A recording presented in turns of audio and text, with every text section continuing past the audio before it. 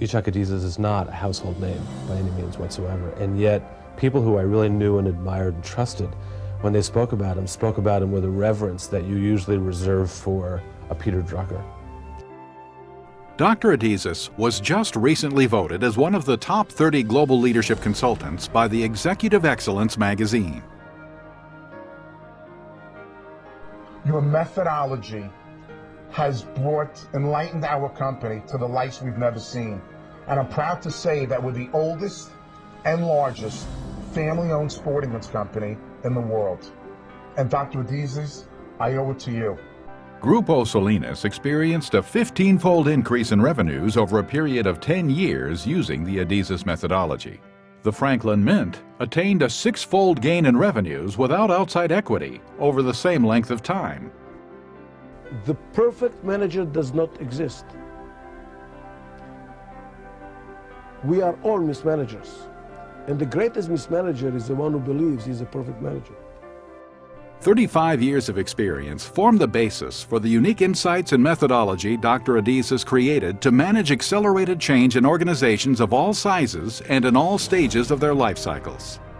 This methodology has been successfully tested in thousands of organizations, from startups to Fortune 100 companies, to governments, and in 40 countries.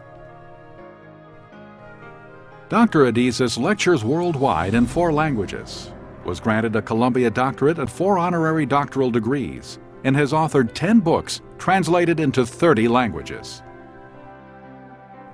It is now possible to experience 33 of his lectures with the Top Leaf DVDs.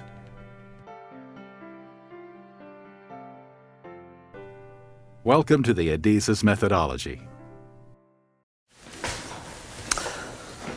Our segment today is how do you make the transition from entrepreneurial company to a professional company?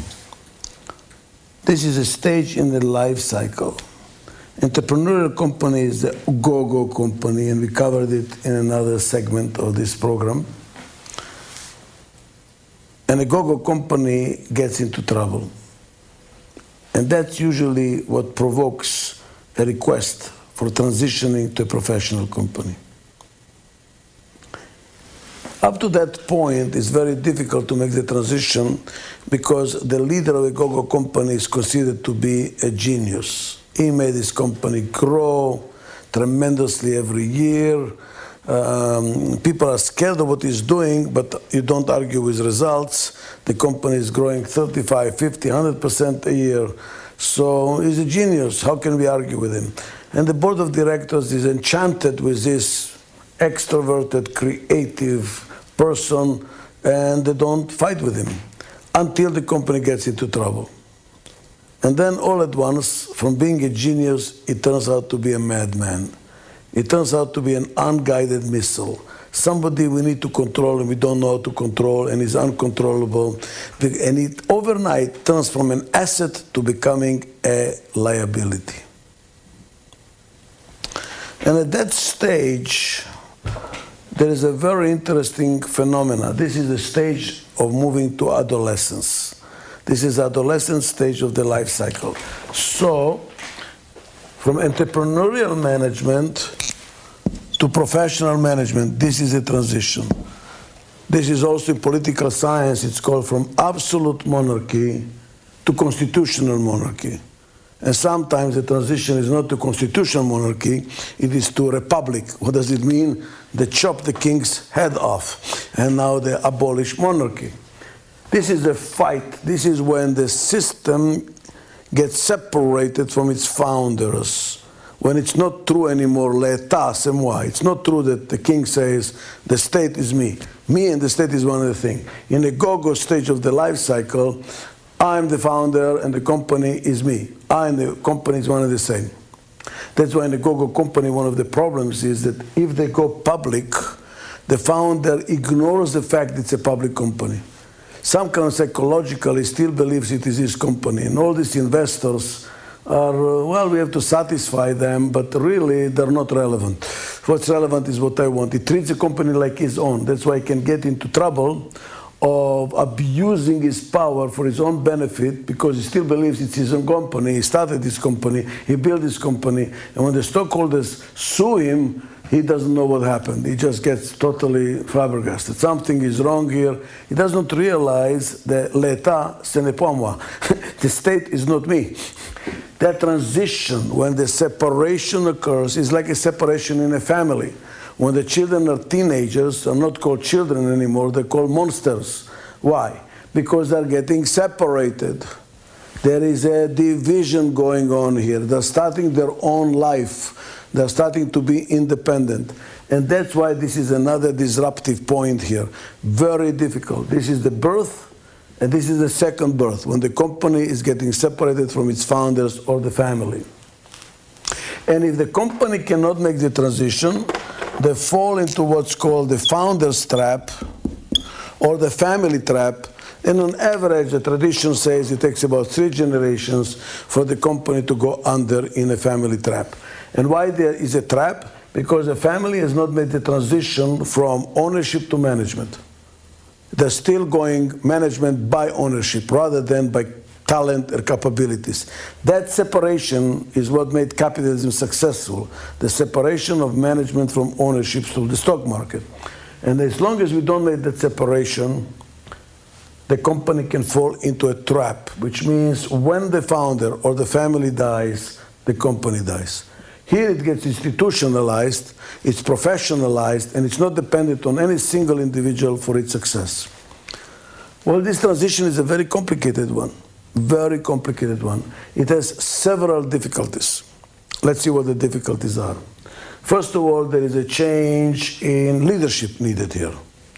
From here to here, the leader that you need is a creative, entrepreneurial, task-oriented doer. It's a fire brigade and an arsonist in one same person. He starts the fires and extinguishes them. Next fire extinguishes them. He's building a company. Very entrepreneurial, very task-oriented, doer, relatively big ego, needs a big ego to build a company, to dedicate your energy to build a company. Here the transition is now to somebody who is not now looking outside, but who is going to be looking inside. Somebody says, wow, hold a second. We need law and order. We need some organization here. We need some systems here. We need now to pay attention to our cost structure. We are rushing like crazy over the hill. We need, and now the energy turns inwards because the company has outpaced itself. There is a change in the leadership requirements. And if the leader who started the company, who is a leader in GoGo, cannot make the transition, usually he has to be squeezed out, fired, and a new executive be brought in. And if he does stay, which is always what we do in companies, we want the entrepreneur to stay. We don't want to lose the energy that is pumping blood into the system. It's very dangerous to get rid of the entrepreneur. The idea is how to move the entrepreneur to a CEO role, chairman CEO, and move the administrative type who is organized into president COO role and how they work together. This pointing the direction and this is taking care of the inside so it works efficiently and there is some cost orientation and some detail orientation so we do not fall by the wayside because of not paying attention to the details.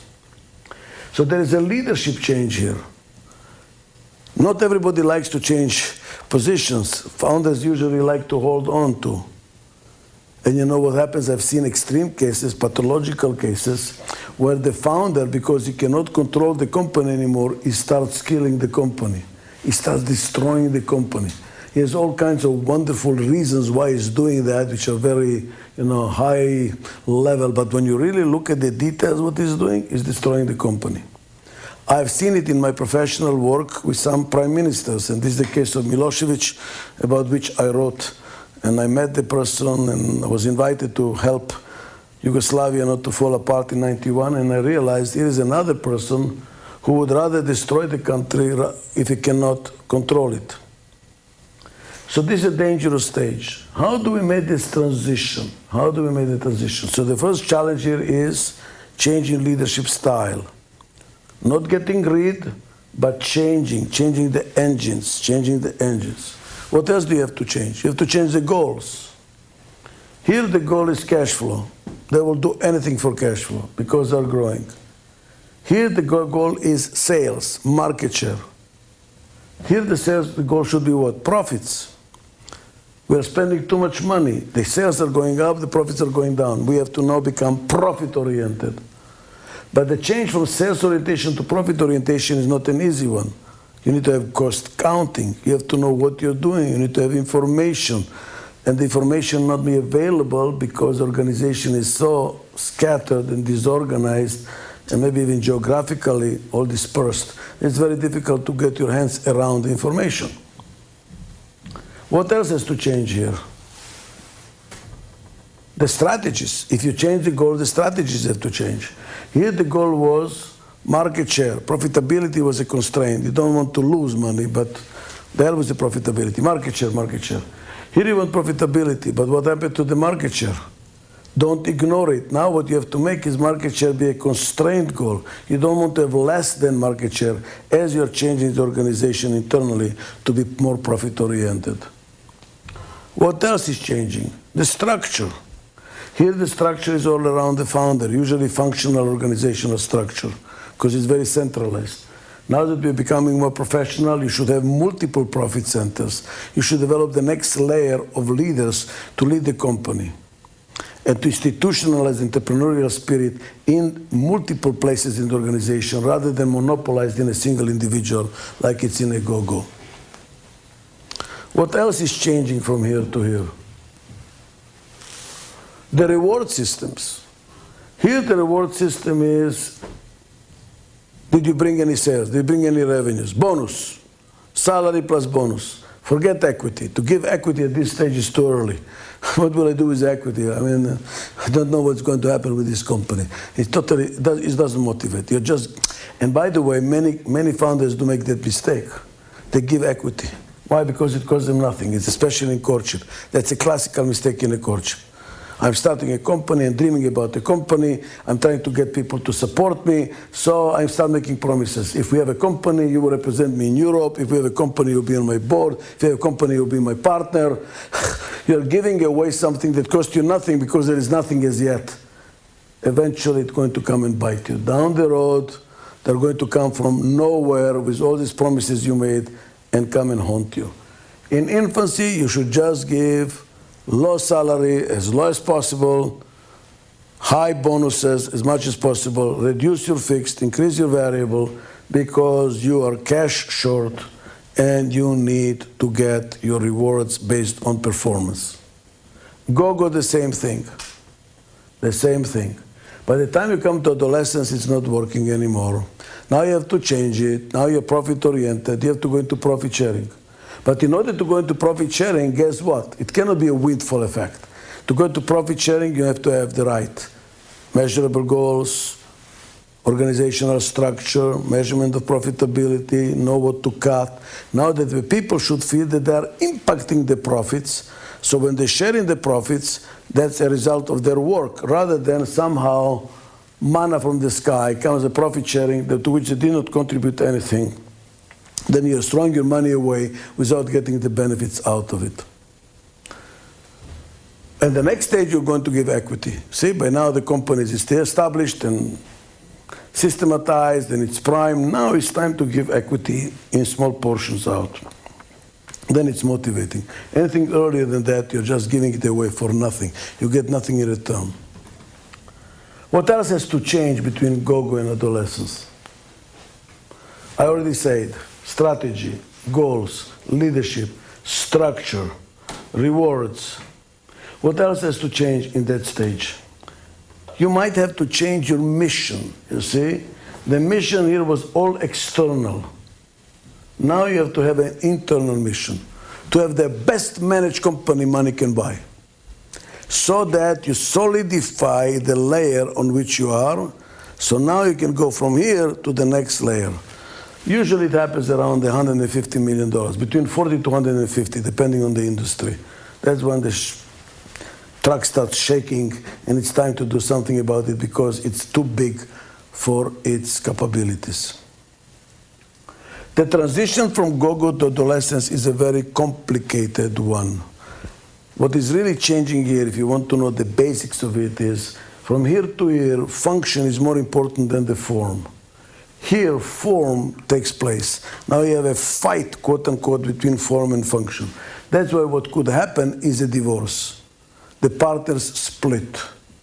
They cannot work together. The inside person and the outside person are not even talking to each other. This guy says, I built the company, now you are stopping me, you are accusing me, so there was a mistake. Now you don't, I made you a millionaire, and what am I getting in return? That you are scorning me or going and complaining to the board about me. You built an alliance with the board against me. There is a lot of inside fighting in the transition from go-go to adolescence, which can lead into a divorce. And what that stage is and what is a fight we'll cover in another segment. But maybe I will cover some of it right now because I think we still have time. Because the inside person wants to control and cut costs and organize and systematize, he has to say a lot of no, no, no, no, no, no. That makes it difficult. Why? Because the company was used to say yes, yes, yes, yes to everything. It was relatively promiscuous. Now when they bring a professional manager to really run the place professionally, he starts making budgets, he has to develop discipline, and the people don't like it. They remember the guerrilla times when everything was possible, you know, and they were really kind of having free and they were flexible. Now we need some boundaries. Now starts a fight, and the professional manager feels that he's not getting the recognition, and the old-timers are undermining him and fighting him and making it difficult for him. So you know what he tries to do? Bring outsiders which are aligned with him as professional managers. And now you have a we-they syndrome in the company. Now there starts a fight between the old-timers and the new-timers. The energy in that company turns inwards. In an adolescent company, there is a lot of internal fighting. There is a lot of internal politics. And also the professional manager was invited by the founder, by the leader, to come and manage the company, feels now that that person is not valuing him, not giving him the credit, not giving him the authority to manage anything. And those old-timers, anytime the professional manager tries to establish some discipline and to say what not to do, they go and complain to the founder and say, you see, he's a bureaucrat. All he knows is how to turn the lights at the end of the day. He's only saving costs. He doesn't know how to increase revenues. He is a bureaucrat. He's killing the company. And the founder says, I know they need me. And he plunges back in, and he fires the professional manager, and the circle starts all over again. This is classical adolescence. If the founder, if the leader is in a control, he fires the professional managers one after the other. Or he abdicates, which is even worse. Hear me well. He abdicates. Says, I don't know how to manage it. It is too big, too many difficulties. Here are the keys. Run it. But the other guy runs it totally different from the founder. So the founder feels that somebody hijacked his company. Now it's not his company anymore. They took it away, they're changing it. It is totally different. They're firing his old people that built the company together with him, bringing all kinds of MBA bureaucrats. He gets disgusted. He feels betrayed. If he has control of the company, comes back, he fires the professional manager. Next guy learns the lesson and he says, Oppa, I better work with the founder. I better go after sales. What he really wants is contracts. He doesn't work on the budgets, he doesn't work on the controls, he doesn't work on the discipline, and what happens? He's not doing the job. Fire him. The adolescent stage is the most difficult stage in the life cycle of the organization. This transition is extremely difficult. I've known companies that have been stuck in that stage for 40 years. They go in and out. What does it mean in and out? The leader of the go-go company brings the professional manager. He's squeezed out. Then he comes back in, sends the professional manager back home. And they go back and forth, back and forth. The founder is long time gone. Nevertheless, the leader of the go-go company still behaves as if he's a founder. Same culture. And the fight between the entrepreneurial leadership and the professional leadership is a continuous one, and they get stuck for many, many years. There's another thing going on in the adolescent organization. It's called the love-hate relationship.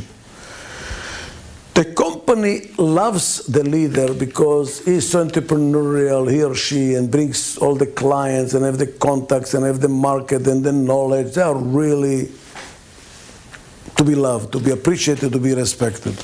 But at the same time, they're the source of all the difficulties of the company. Why? Because they're changing their mind, they're bringing more crises and more deals that the company can handle, they're changing direction, they're expecting too much. And the company says, oh my God. Now, it is the most extreme case. It's called the seagull syndrome. If you have a boat, you probably don't like seagulls. Why? Because they come and crap on your boat. The same thing with a founder that is arrogant and feels is above it all.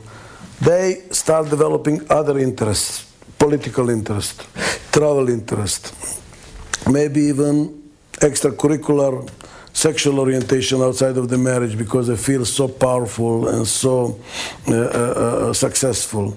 They disappear from the company in a sense. And then they reappear. And when they reappear, all hell breaks loose. You're not doing what I want you to do. This is the problem, this is the problem, this is the problem, that's the problem. Everybody is jumping. Then they disappear again.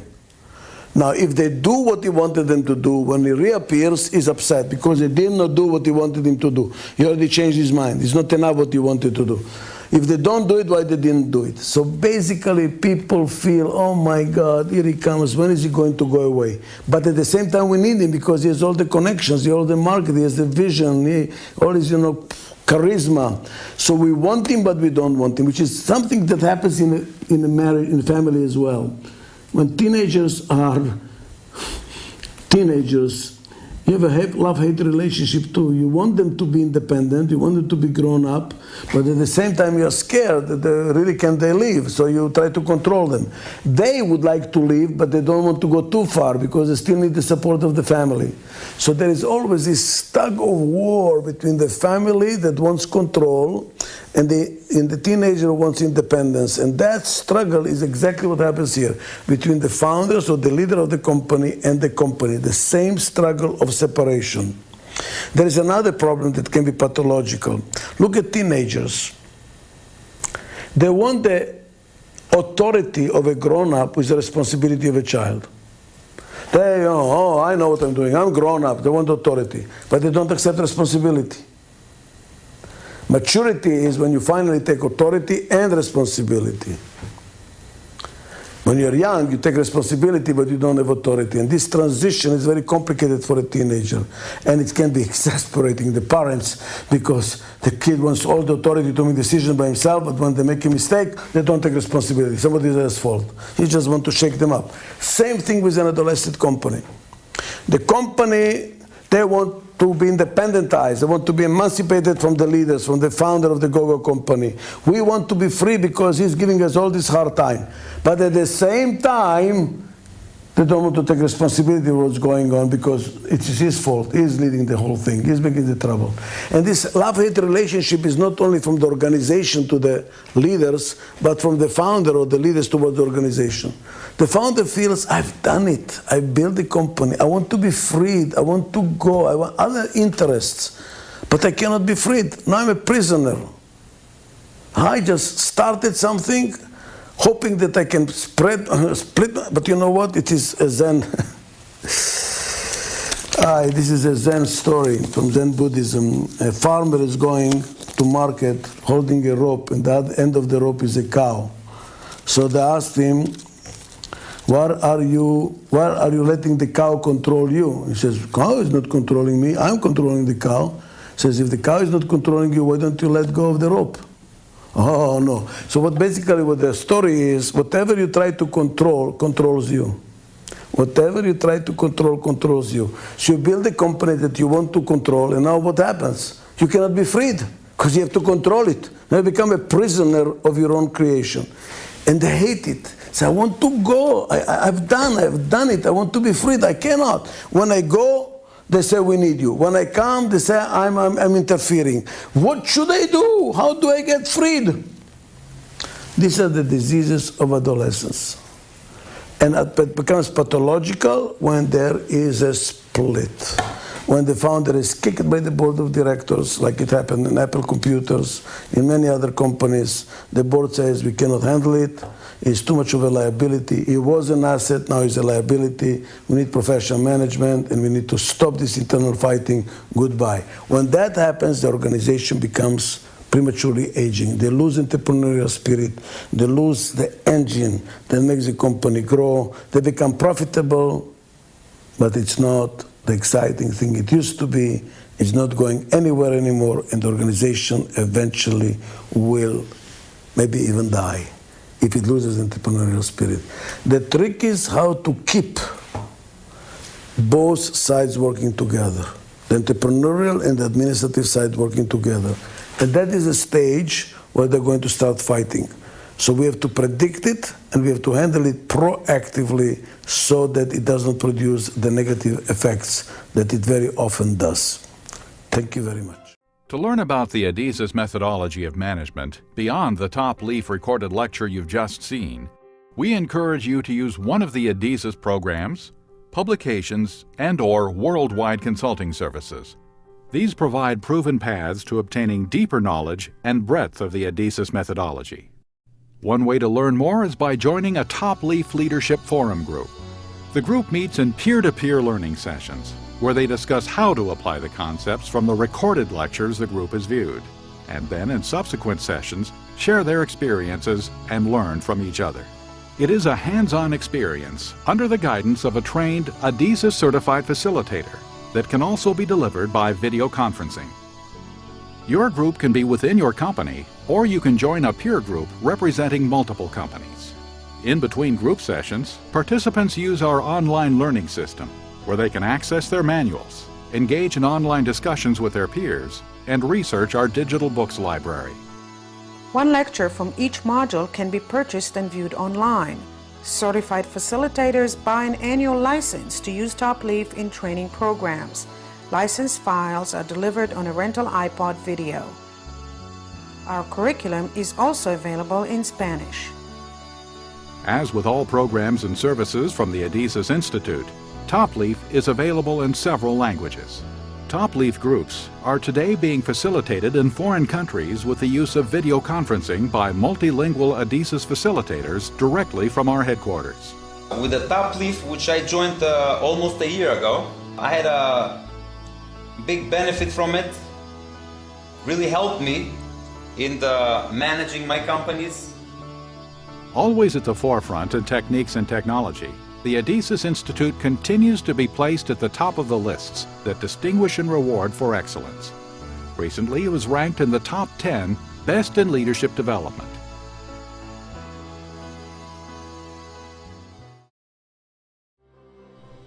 You can always learn more by reading Dr. Adizes' books. Recent titles include Management Mismanagement Styles, Leading the Leaders, How to Handle People Whose Style is Different from Yours, How to Solve Management Crisis, Mastering Change, Pursuit of Prime, and his seminal work, Managing Corporate Life Cycles, How and Why Organizations Grow, Age, and Die, and What to Do About it. Dr. Adizes' books are available in 30 languages. Everyone now gets access to the digital versions of the books. To purchase Adizes books and DVDs, go to www.adizes.com/store. Beyond attending Top Leaf forums and reading the books for in-depth application of the Adizes methodology, Adizes offices worldwide help clients by using the methodology to accomplish rapid and effective strategic changes. The Adizes offices exist to provide clients and those that want to deploy the Adizes program and management resources and tools more effectively. And because this is the core competence of an Adizes office, the clients are able to do so with greater speed and accuracy. The Adizes Institute has offices in 11 countries, working in 9 languages, staffed with certified associates who have been trained for over 3 years in the Adizes methodology, and who have been practicing top managers prior to joining Adizes. The way in which the program gets deployed, it always starts with an initial diagnosis. That's more like a self-diagnosis by the core management team. And then based on what the issues are and the unique life cycle position that the organization finds itself in, a customized program is designed. We need a color team of styles, PAEI. In addition, Adizes associates deliver lectures and workshops in multiple languages to increase the understanding of change management in a world of accelerated change. Certified associates have a deep and diversified professional experience base. In addition, the Adizes training and certification process is rigorous and lengthy, 3 years for full certification. Training for top leaf facilitation takes less time, but requires no less commitment to the core methodology, crucial to obtaining successful results. To become a certified Adizes associate or to contact your local Adizes office, go to www.adizes.com. The Adizes Graduate School for the Study of Leadership and Change offers MA and PhD programs online. Dr. Adizes is the dean of this internationally acclaimed school, as well as the originator of the Management Vitality School. The Management Vitality School offers interactive, distance learning workshops that provide high-level learning of Adizes principles to senior managers and executives. To enroll in the Adizes Graduate School, go to www.adizesgraduateschool.org. To enroll in the Management Vitality School, go to www.managementvitality.com. Join us by becoming a Top Leaf group participant or a certified Top Leaf facilitator or recruiter by going to our website, www.adizestopleaf.com. To enroll in the Adizes Graduate School, go to www.adizesgraduateschool.org. To enroll in the Management Vitality School, go to www.managementvitality.com. To purchase Adizes books and DVDs, go to www.adizes.com/store. To become a certified Adizes associate or to contact your local Adizes office, go to www.adizes.com.